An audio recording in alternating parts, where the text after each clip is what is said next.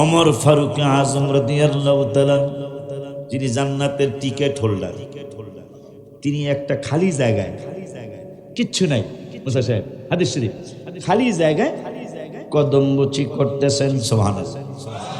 আমারে যদি আপনারা দোকানের সামনে দেখেন যে আমি কদম বসি করতেছি, আপনার মনে হয় হুজুরের জামাই, ছোট জামাই আগে ভালো আছে, মোটামুটি পাগল হয়েছে, দেখা যায় কথা কানা মোটামুটি পাগল হয়েছে। এটা কোন বাজার জানি? হ্যাঁ, এই যে বাজার, এটা বাজারের নাম কি?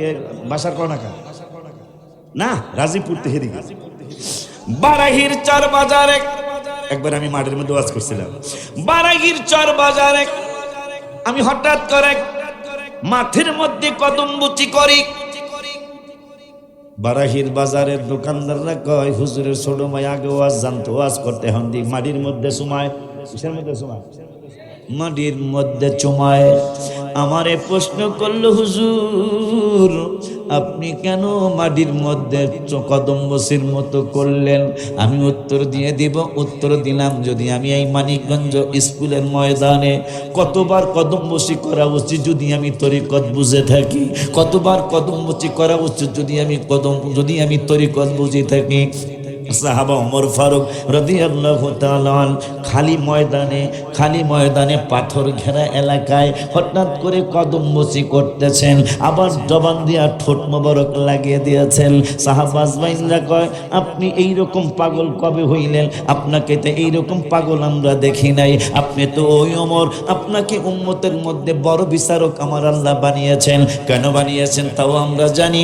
বাচ্চারে বিচার করতে গেলেন, আপনি 80টা দৌড়া মারার পরে আপনার বাচ্চাটা ইন্তেকাল হয়ে গেল, বাকি 20টা দৌড়া বাকি ছিল, কবরে দেওয়ার পরে আপনি বাকি 20টা দৌড়া মেরেছেন। আমার আল্লাহকে জিবরাইল খবর দিয়া দেন, নূরের নবীরে, ওমর আজকে থেকে কিয়ামত পর্যন্ত যত উম্মত হয়েছে, যত উম্মত হবে, সমস্ত উম্মতের মধ্যে ওমর হলো সবচেয়ে বড় বিচারক।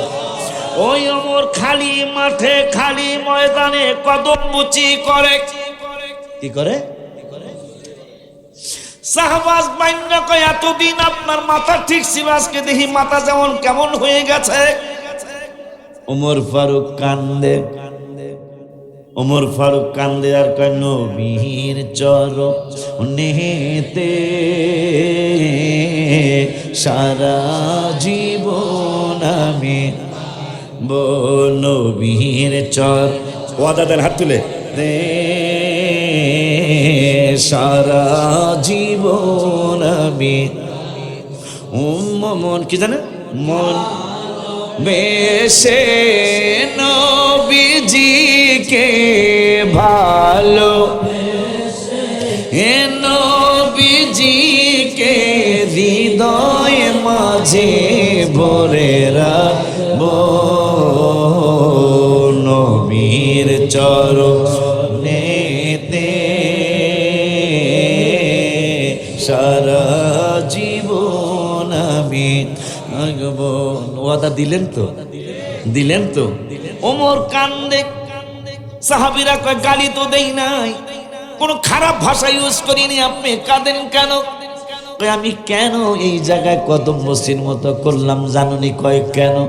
কই আমি এই চিহ্নটা দিয়ে রেখেছিলাম। কি দিয়ে রেখেছিলাম? এই জায়গায় আমার নূরের নবীর একদিন কদম মোবারক পড়েছিল, আমার নূরের নবীর একদিন কদম মোবারক পড়েছিল, আমি জায়গাটা চিহ্ন দিয়া রেখেছি। কত স্মৃতি দরবারে, কত স্মৃতি আমার মগবাজার দরবার,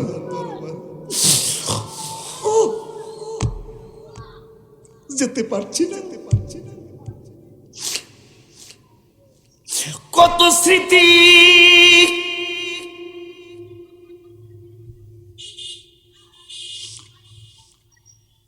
কত স্মৃতি। স্মৃতির জায়গায় স্মৃতি থেকে যাক, কথা বলবো না, তবে ওয়াজ আমি বন্ধ করতে পারবো না। আমিন কর। ওমর ফারুক কয়, জায়গাটা নূরের নবীর কদম মোবারক পড়েছিল, আমি চিহ্ন দিয়া রেখেছি। এই জায়গায় আমার আসতে হবে আমি জানতাম না, হঠাৎ করে চিহ্ন দেওয়ার জায়গাটায় আমি আসছি। আমি জানি এই জায়গায় আমার হাবিবের কদম মুবারক পড়েছে। আমি আরো কেন কদম বসির মতো করলাম জানুনি? কয় কেন? কয় আমার আল্লাহ এই কদম মুবারককে কত দাম দিয়েছে। সব মানুষ আল্লাহ মাথা দিয়ে জমিনে পাঠিয়েছেন। জিবরাইলকে বলে বন্ধুকে আমি মাথা মুবারক দিয়ে জমিনে পাঠাবো না, আমার বন্ধুর কদম মুবারক দিয়ে জমিনে পাঠাবো। বন্ধু যাবে এই জমিনের মানুষগুলি যে যেই ধর্মে আছে, প্রত্যেকটা ধর্মের মানুষগুলি তাদের গির্জায় না যাওয়া পর্যন্ত, আবাদতের জায়গায় না যাওয়া পর্যন্ত আবাদত করতে পারে না। কিন্তু আমার বন্ধুর জন্য, বন্ধুর উম্মতের জন্য আমি আল্লাহ একটা সিদ্ধান্ত নিয়েছি। তবে সেই সিদ্ধান্তটা নবীর কারণেই নেব, রসুলের উসিলায় নেব। জিবরাইল কয় সেই উসিলাটা কি? কয় আমার বন্ধুরে মাথা মোবারক দেওয়া জমিনে আমি পাঠাবো না, বন্ধুর কদম মোবারক দেওয়া জমিনে পাঠাবো।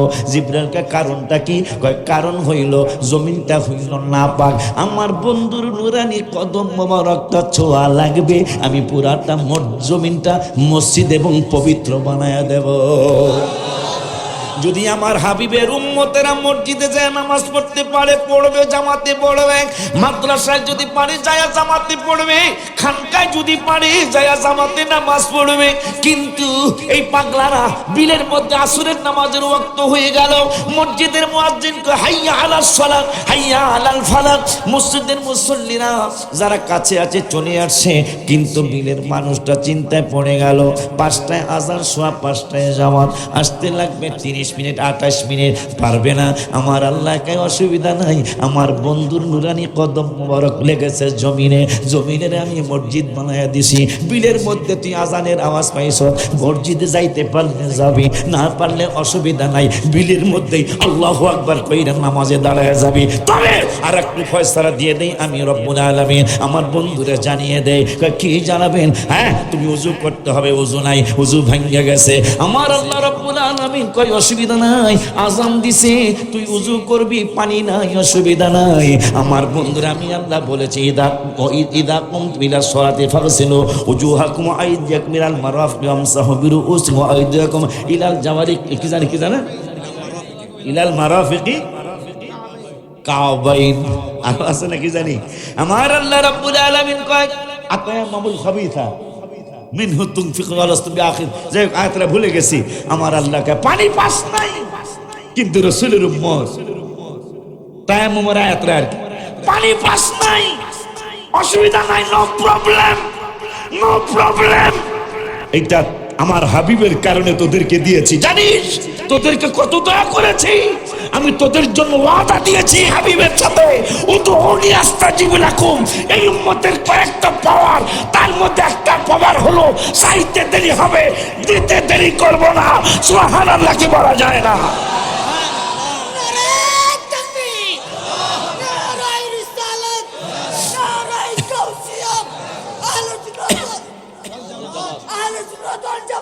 জিন্দাবাদ।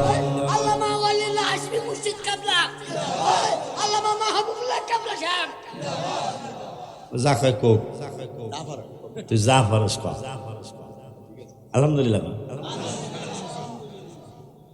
হায় পাগল, এরকম পাগলামি অস্করণী রাদিয়াল্লাহু তাআলা করছে। হায় হেরি, আমি জিয়ারত করছি 19 সালে, ওমানে মাহফিলে গেছিলাম। আহা, পাগলের কথা যখন শুনলাম যে দাঁত ভাঙ্গনিয়া পাগলায় ওমানে আছে, মারহাবা। দাঁত ভাঙ্গনিয়া পাগলের মাজার শরীফ ওমানে, কি আর দেরি করা যায়? পরে আমি সালালা থেকেই সোহার থানা, এখান থেকে ডাক দিয়া নবীরে কইলাম, ও প্রিয় হাবিব, পাগলের রাখছো কেন দুঃখ? ও প্রিয় হাবিব, পাগলের রাখছ। এরে পাগল হইল ওয়াসকরণী যুগ রে, পাগল হইল ওয়াসকরণী। আরে আমি পাগলাই কিছুই চাই না, চাই যে তোমারে প্রিয় হাবিব, পাগল রাখছো। ও প্রিয় হাবিব পাগলের রাখ বাজান। সাহাবী কয় চুল কেন লম্বা, মনে আছে না? পাগলায় চুল বুকে লইয়া কান্দে, হায় চুল বুকে লইয়া কান্দে।